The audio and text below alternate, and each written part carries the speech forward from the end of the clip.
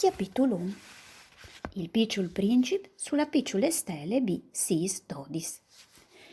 Un timp lontan, quanco vevi si sains, int un libri sulis forestis di un timp lontan, intitulat Storis vivudis de nature, ovio dei un cetan biel di sen.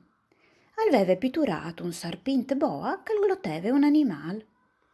Vechì la coppia dal disen. Aliere scritte. I boa a inglotin la lor prede dute interie, cence mastiale.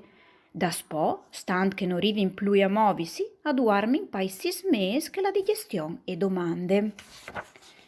O pensai a lung sulis aventuris de giungle, e de bande me, o rivai a fa il mio prim disen. Il mio disen numero 1. E aliere così. O mostrai la me bravetata lis personis plui grandis, ur domandai se il disen li spaurive. Ma mi risponderin, spaurì? E parce mai un alvares di sei spaurì di un tiapiel? Ma il mio disen non li era il disen di un tiapiel, ali era il disen di un serpent boa, cal diglierive un elefant. Perché vi odessin in mut clar ce caliere, o piturai il boa parintir. Bisogna sempre spiegaur gli strobis ai grandi.